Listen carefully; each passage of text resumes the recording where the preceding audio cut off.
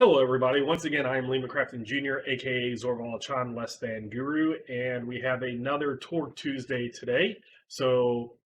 Every other Monday, I will start, and I did one yesterday, but I will continue, have a bi weekly Monday kind of recap of the various games I'm in.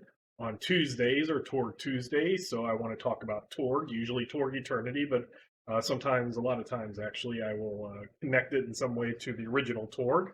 On Wednesdays, it's not on my channel, but it's on Roll Hit Die. First on Twitch, we stream live at 4 p.m. Sorry, yeah, 4 p.m. Pacific, 6 Central, 7 Eastern.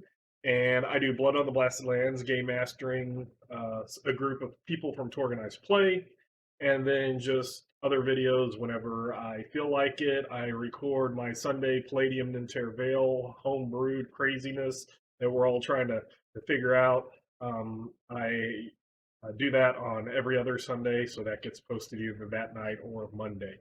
So that's kind of what my schedule is, and just wherever I feel like adding other videos. So, excuse me, I have something in my eye, so I'll see if I can get that to feel better. But I already started this video a couple of times, so I don't want to stop. And like I said, I have zero production values. It's just me talking, no edits or anything like that. So today I wanted to talk about Torg Eternity perks. And this is a subject that is very interesting to me because perks didn't really exist in old Torg. There were certain races and certain cosms that had packets, like elves and Tharkoldu, and the client species races from the Star Sphere, the space god Akashan realm. All of those would get bonuses to their stats or get other things, but they had to pay a possibility cost. And in old original Torg, possibilities were both things that you would spend in game and you use them as your advancement currency. So they were experience points also. Now, Torg Eternity, of course, has separated the two. And the other thing was like Nile Empire. Nile Empire powers, you would have a possibility cost for that too. But that was kind of the closest thing to perks. Now, in Toward Eternity, one of the things they introduced, and here's Mars Video Cat. You heard me talking. He was in the other room sleeping, but you heard me talking, and that brought him here. Um, but in the original Torg, or sorry, in Torg Eternity, one of the new things that they brought up were perks. And perks are basically like what advantages or even like feats would be called in other games. And they're things that kind of enhance a character in various ways. And it's an interesting concept because your characters all start with two for free, we'll say. And then after a game starts, then and they all, not all, but many of them have prerequisites depending on statistics or what cosm you're from or what race you are. There's lots of different things that might be a prereq. Well, after you start playing, then things that you qualify for, you can buy them with experience, and the first one costs 5 points. And then the second one that you buy after that is 7 points, and then nine. So every odd number above.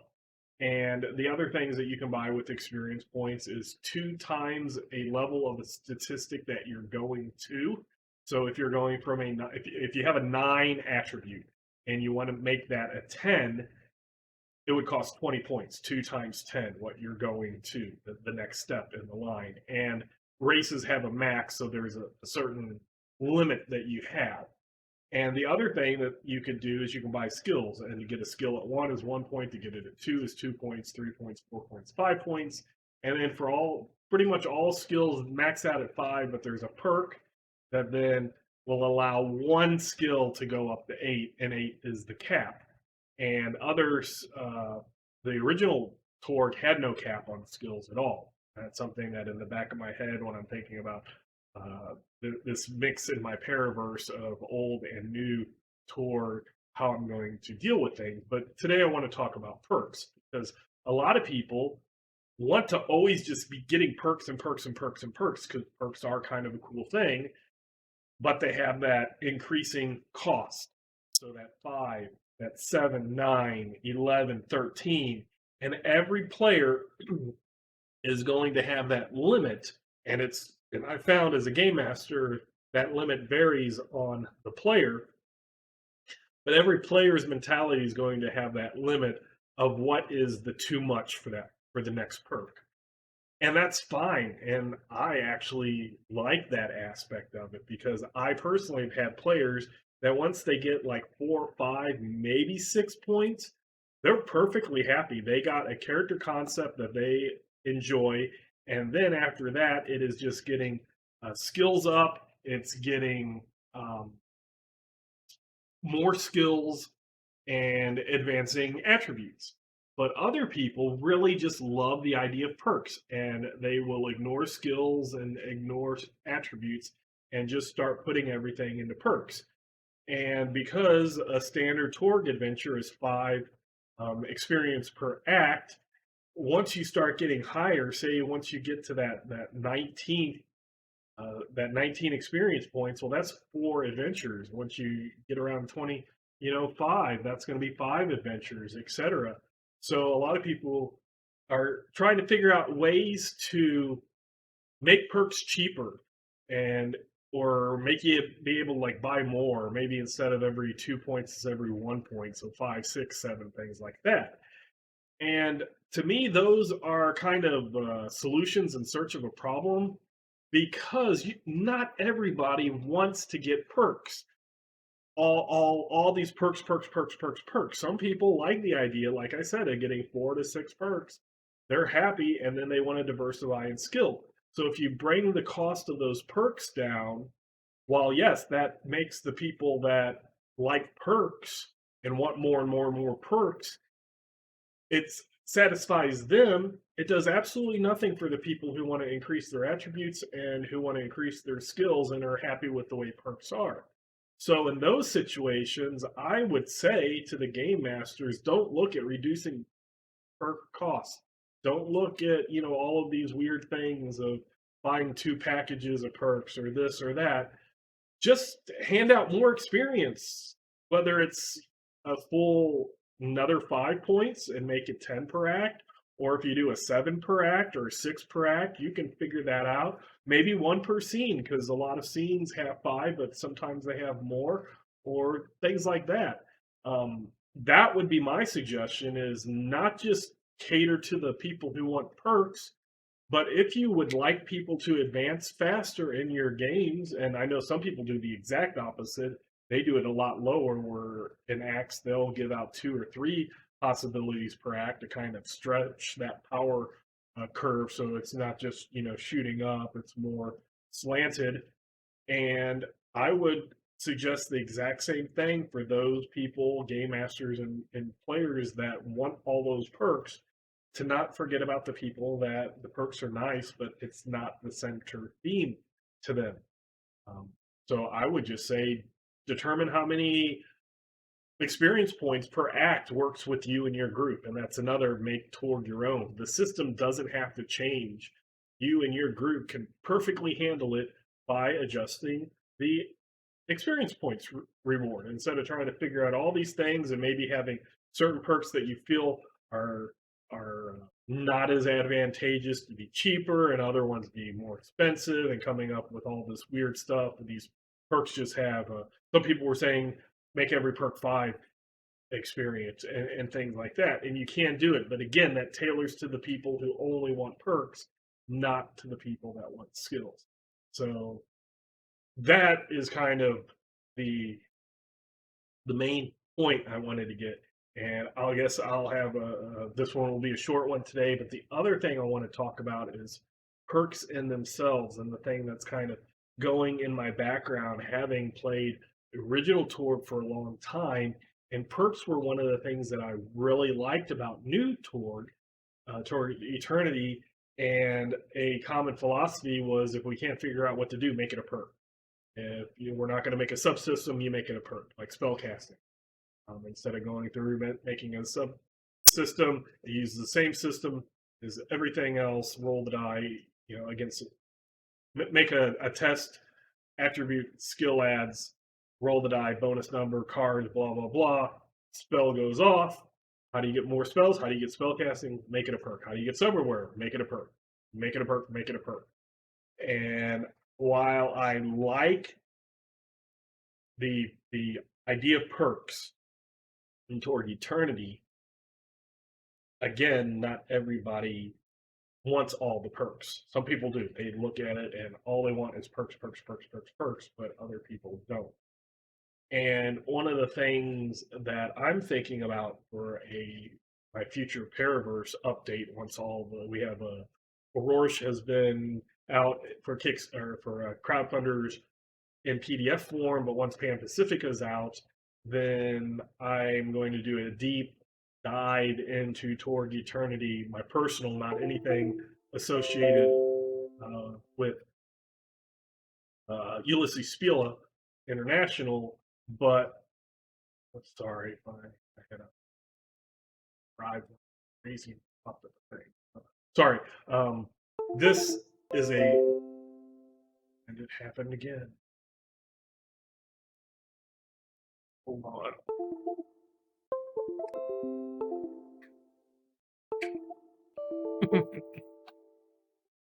Okay, so sorry about that. I just had a bunch of craziness going on. And now this thing keeps. Okay. Hopefully that helps. See, no production values, no editings. You get it live. When things screw up, you get to see it. This is all real, if you want to say it. Keep Zorval-chan, less than Guru, keeping it real because he doesn't want to mess with editing. So, what I'm talking about is the perk thing of old Torg not having it at all, new Torg or Torg Eternity having it, and it's official, and that's the way it works, and it works great. But my mind always wants to make things my own. Like I always tell you all, make the game your own. You don't need permission for the company. You definitely don't need permission from me. If you go through here, since I'm going to be playing it tomorrow, I had it ready. If you're going through this, even though I wrote it, if you want to change things, change it.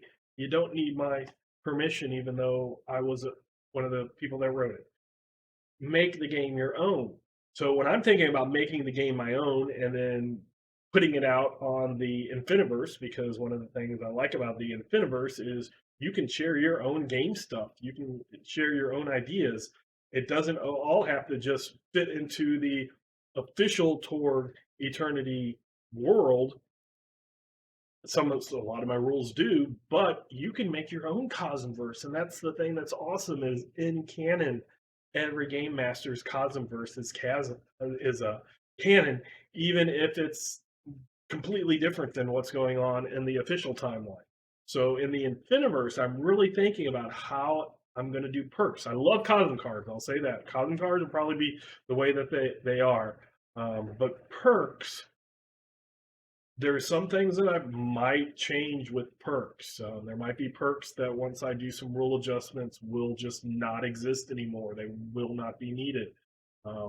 I like the idea of people being able to, like in old original Torg, being able to get cyberware and occult tech and stuff like that and not having to use perks. I think there's enough stuff now out there for cyber papacy people. Plus, you don't have to worry about having 4 case contradiction and being a disconnect king or queen. That it's not necessarily something that's needed to be packaged into a perk, but that would involve money as well. Maybe your requisitioning is going to you need to requisition a whole cyber arm or something like that. These are just ideas going in the background. The other thing that I'm thinking about changing would be the spell caster. Right now, you usually get like 3 spells or 2 miracles and 1 additional miracle that's given no matter what, or the 3 psionic powers per those spellcaster, the miracles or psionics. But having even though Torg Eternity has that skill thing, and they have 40 skills and there's no more except for the professionals that are kind of just campaign specific and never really referenced in adventures because they don't want people to be forced to take those type of professions. But I'm thinking about adding something similar to a skill that you get spellcaster, you get your 3 skill or your 3 spells, and same thing with miracles and psionics. I just don't want to have to say the 3 words each time. But say you buy spellcaster, you get your 3 spells, but then you kind of get a spellcaster skill, and you can buy that skill up just like any other skill. So it would start at a 0, but you put a point in it, 1 point, and you get 1 spell. And then 2 points would get 2 spells, 3 points would get 3 spells, 4 to get 4 spells.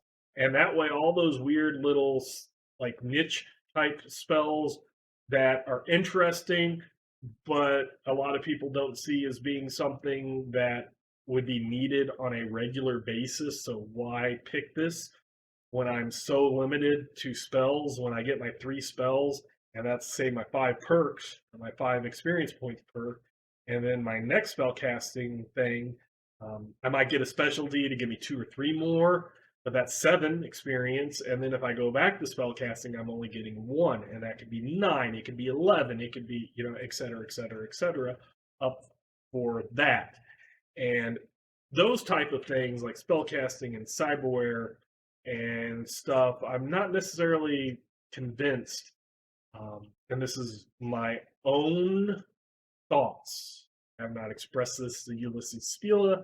I do not want to. I do not want to mess with the game that they are making, and I'm helping make that game. I'm talking about my own mix mash between original Torg and Torg Eternity and blending the two. So I just want that kind of all clear out there. So whatever I'm saying here does not reflect anything on anything that's going to happen or that I'm going to touch on in Torg Eternity. So if you hate this idea, do not panic. But if you like the idea, don't expect it to happen there. This will be in my own Cosmverse that I will present to you as a Paraverse update that I want to give free to all the people. Basically, when I update it, the new copy will go out to everybody who's bought the original version. But things like cyberware, occult tech, spells, miracles, psionics, the lists and stuff, I'll probably keep. Maybe to get those 3 extra ones for those special things, even like Cyber Papacy Familiar, you get a Familiar and you get a couple of spells and then some power. Well, that's giving you multiple things. So I would allow those perks to be bought, but I would do it so that that skill happens also. So it gives you more. So everything that's there would be there, but just a little skill to give you a few more. So you can use that to pick up those spells and powers that you might not choose otherwise. Those those utility things, because there really is only a limited amount of how many boom spells I can do. And maybe the same thing with cyberware, that once you get the cyberware and you get that 10,000, maybe you don't have to worry about after that you use your requisitions to get more.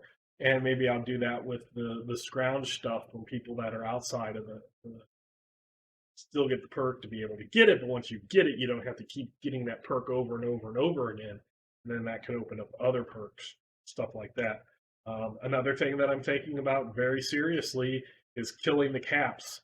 I don't really see a purpose of those caps. And again, my opinion, I'm sure the designers of Torg Eternity had a specific reason why they wanted to cap the skills, probably to diversify. But in original Torg, usually somewhere between 8 and 10 is when the players themselves and all the dozens, I'll say, I can't say hundreds of personal players under me as a game master, but definitely dozens of players, and many of them going very long.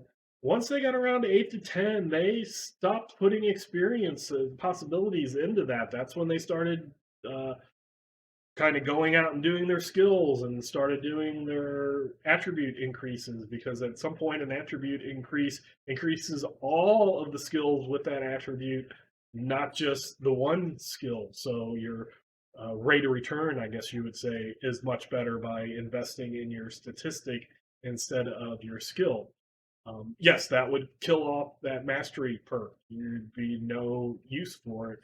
But there is with a limited number of 40 skills, which I like the shorter list. I do admit I like that to be able to diversify, um, and then you could do that without just going perk, perk, perk, perk. So, and yes, I would have to look at how the ripple effect thing works. Super attribute and super skill would be something that I have to look at again, because if you are, especially with super skill, if there's no cap, that's not going to get you to if it gets you to a cap, it's just a different way of spending experience points and stuff like that. So I could get rid of those, make them a bonus that doesn't stack with anything. Um, Something like that, which is kind of what I did in the original Paraverse. So that wouldn't be something different, or just not have those specific things. But those are things that I want to say. But it all comes down to the perks going 5, 7, 9, experience up and up and up, and people just wanting more and more and more and more. But if you change the perk cost and you're focused on the perk costs and you don't see the whole system as a whole with also what else can I do with experience points, then you're catering and making the people who focus on perks, you benefit them only, and you do not benefit the people who like to get tons and tons of skills. So basically that's what I wanted to say. Hopefully you got something, maybe in the back of your mind you might want to use one of these things. Um, but that is Torg Tuesday for today. And until next time, I am Lehman Crafton Jr., aka Zorval Chan Less Than Guru, and I will catch you later.